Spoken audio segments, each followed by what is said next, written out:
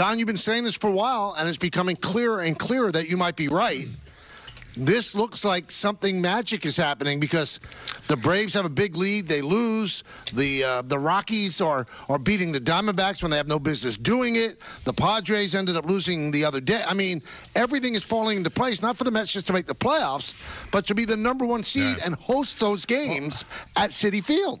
You know, there's just something going on. I mentioned to you last night that Nancy had gotten tickets for the kids to see the playoff game, the Somerset Patriots versus the Hartford Yard Dogs. Michael, you know when the Patriots and the Yard Dogs get together, you know what you do? You throw away the records. Everybody is just so nice to me over there. And you know, I buy the tickets. They're not doing me any favors, but they're just really nice people. Mm-hmm. So I'm at the game, and I'm obviously following the Mets on my phone.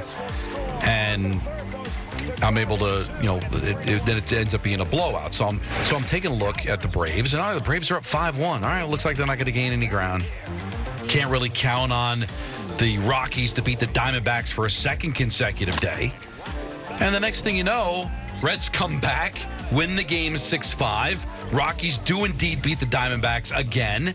And now the Mets, Peter, find themselves got a 2-game lead on the Braves. They're tied with the Diamondbacks, and theoretically they're not tied with them. They have the tiebreaker, so they're the second wild card. And then the Padres lose, so the Mets are now just 2 back of San Diego for the first wild card. And Alonso, you know, we got so caught up, and I don't back off it, Michael. I thought it was strange to have the meeting they did. We started looking at it. Is there something more to Lindor's injury? But, you know, what was missed was, you know, Alonso taking the bull by the horns in the meeting, and he goes out the day of the meeting and has 5 RBIs. And if he ends up being the guy that's got to take this team back, because it was his team before Lindor took it away, partially because Lindor's been great, and also Alonso didn't have that great a start to the year, that now it's really kind of falling into place. It just is. And I know Met fans don't want to admit it because we always wait for the other shoe to drop. This is just setting us up for getting swept by the Braves. This is just setting us up for choking it away. But if you really watch this team every day and see the way they're winning games and seeing how the rest of the National League is kind of coming back to them or them catching up to them, and then you throw a little other signs in too. You know, we lose Ed Kranepool. We lose Bud Harrelson. You look at the White Sox on the verge of breaking the Mets record for most losses in a season, something the Mets have had since 1962. I'm just, Michael, I know karma, kismet, juju, it's not real. But when you're trying to grasp at something and you look at it in a positive way instead of always looking at it as a negative way, there's something going on here. There just is. I don't know how far it's going to take us. Maybe just to the playoffs and one and done. Maybe it'll be the Diamondbacks of last year. But when the Mets won in 69, miracle. When they went to the World Series in 73, miracle. The way they beat the Astros and the Red Sox in 86, miracles. Am I crazy to start feeling like something's going on here? Well, I can't say you're wrong. I mean, you know, a month ago, I didn't think they'd make the playoffs. I thought the teams in front of them were better. And I still think the Padres and the Diamondbacks are better, but you know what? The record tells me otherwise. The Mets since June have the best record in baseball. That's not a fluke. That's not just a small sample size. That's more than half the season. They have the best record in baseball. See, I'm not going to jump you because I agreed with you at the time. But you had said you think the Braves are better. You think the Padres are better. You think the Diamondbacks are better. But what you're basing that off of is the Mets' rough start.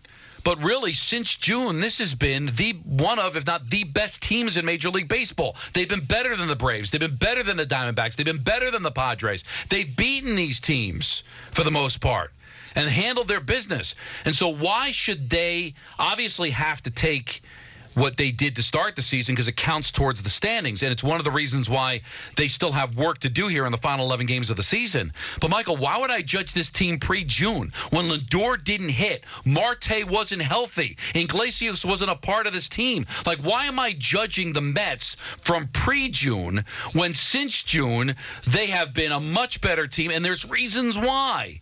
Like, so I don't think they should be knocked a peg down because of the way they started when they are clearly a different team than they were before June 1st. Well, but when I said what I said, they were in the middle of their run. And I wasn't judging them on the 0-5 start and the bad start in April. I was judging them the way I judge things when it comes to comparing teams is position by position, pitching staff, stuff like that. And I just thought, the Padres have beast up and down the lineup. The Diamondbacks have great starting pitching and a really good bullpen. And the Braves just have that DNA. Now, they've been beaten up so much, I should have taken that into account because they're just a shell of themselves. So, that's no excuse because they've been hanging, and we'll see what they do the 3 games against the Mets at the beginning of next week. But the Mets have superseded anybody's expectations. And as confident as Carlos Mendoza is, there's no way he thought they were this good. There's no way David Stearns, who deserves a lot of credit, thought they were this good because the pickups that Stearns made, Iglesias, don't forget Luis Torrens, because you were running on the Mets at will, and Luis Torrens shut it down. You can't run on him. He got Jesse Winker. That was a huge pickup for the Mets. Phil Maton, gigantic pickup. Little tiny pickups like that where he didn't sacrifice the future but really made an impact on the present shows you that they definitely have their front office solved for the next decade or so. Yeah, another thing, too, J.D. Martinez was late to camp, and then he got off to a slow start, and so he's obviously in a much different. Vientos has grown into a much better player than he was in the beginning of the season.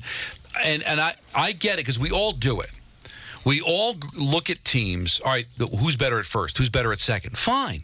But doesn't the history of baseball shown us that the best team doesn't always win? Yep. And it's not won on paper, despite what the analytic people tell us. That despite how much talent the Dodgers may have or the Phillies may have and how much better these teams are supposed to be than the Mets, when you see the sum of their parts, when you see in their totality how they play, how they gel, how clutch they are, let the back of the baseball card be damned. And maybe it all goes away at some point. Maybe it's this week and knocks them out of the playoffs. Maybe it's in the playoffs. Maybe it's next year. I don't know. But why can't you look at it in the totality of, they're not supposed to be this good, but they are this good?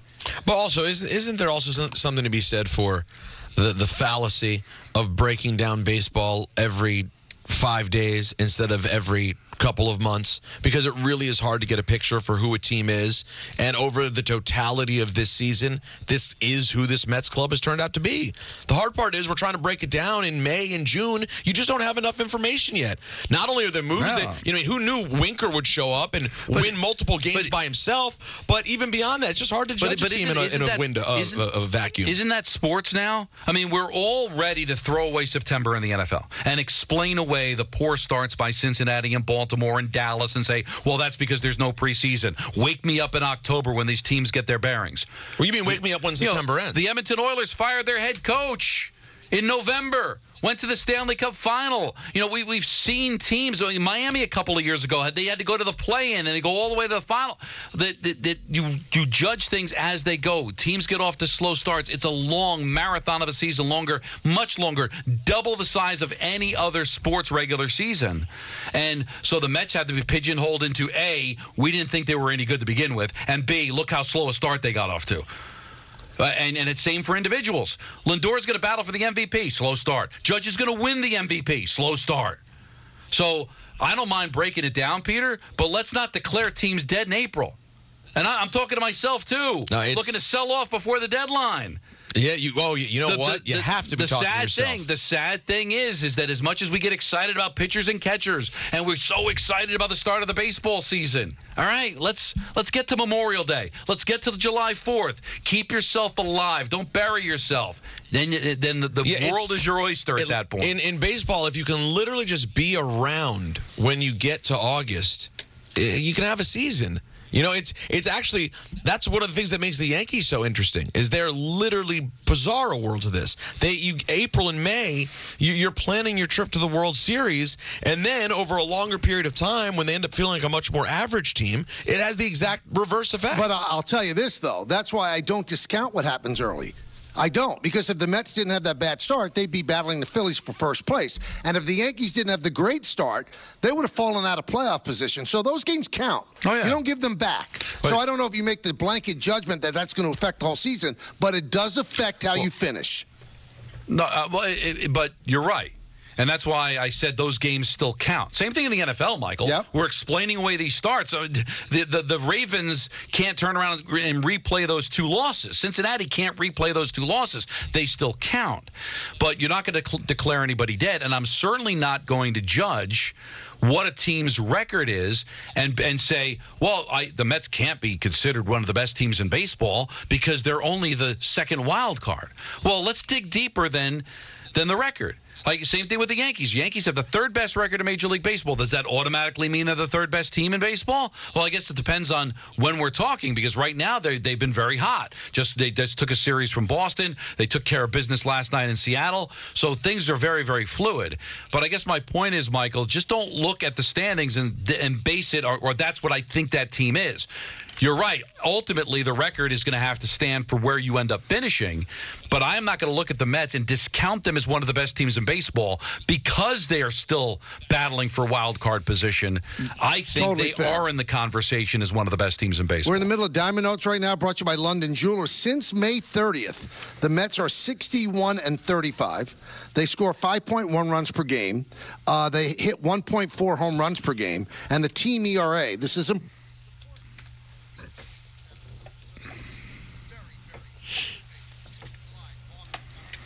more than half the season. And one other correction from Anthony Greek, Don, jumped on you. He said it's yard goats. You know, we've got some problems in Hartford. All right, listen, if you thought that I was all in last night, I got 2 kids. I'm watching 3 baseball games on my phone. It was the experience of being with my family, Michael. And the fact that I let down the Patriots opposition, you know what? You're okay with it? I'm on it. I'm good. You're okay? I'm okay with it. All right. Spencer Jones, Michael, he's really good. He's and he looks good. What do you mean he looks good? Like handsome? Go ahead. Take it further. He's like a strapping, he is strapping young. Yeah. Again, I don't want to manalize, but I'm just like he checks a lot of boxes. Okay. Not all mine, but for people in general. Now, Michael's going to be talking this guy up. Well, and once you mean physically? No. Yeah. Got it. He's going to put him right up there with Rick DiPietro? No, I'm going to go as far as Jimmy G. Wow. Gorgeous Jimmy? Now, did you see, speaking of Yummy Rick, he was quoted extensively, a story in the Post today, because Sorokin is injured, and Rick gave his advice on what Sorokin should do and what he would have told young, dumb Rick. That was his quote. Just make sure you're 100%, don't rush back. Great stuff by Rick. Great stuff. Oh, that is riveting. Yummy. Well, why don't you read it before you say it's riveting or not? Why don't you just take my word for it? And there's a picture of him as a young lad. Peter, have at it. The guy abuses you on a daily basis. You know what? And his great quote was, "Don't hurry back." You know what? He's Rocky Balboa. We can all change. If I could change. Don't rush back, man. Don't rush back. God only give you one body, man. Take it from young, dumb Rick. Yeah. I figured it out now. Because you got to keep moving forward. That's how winning is done.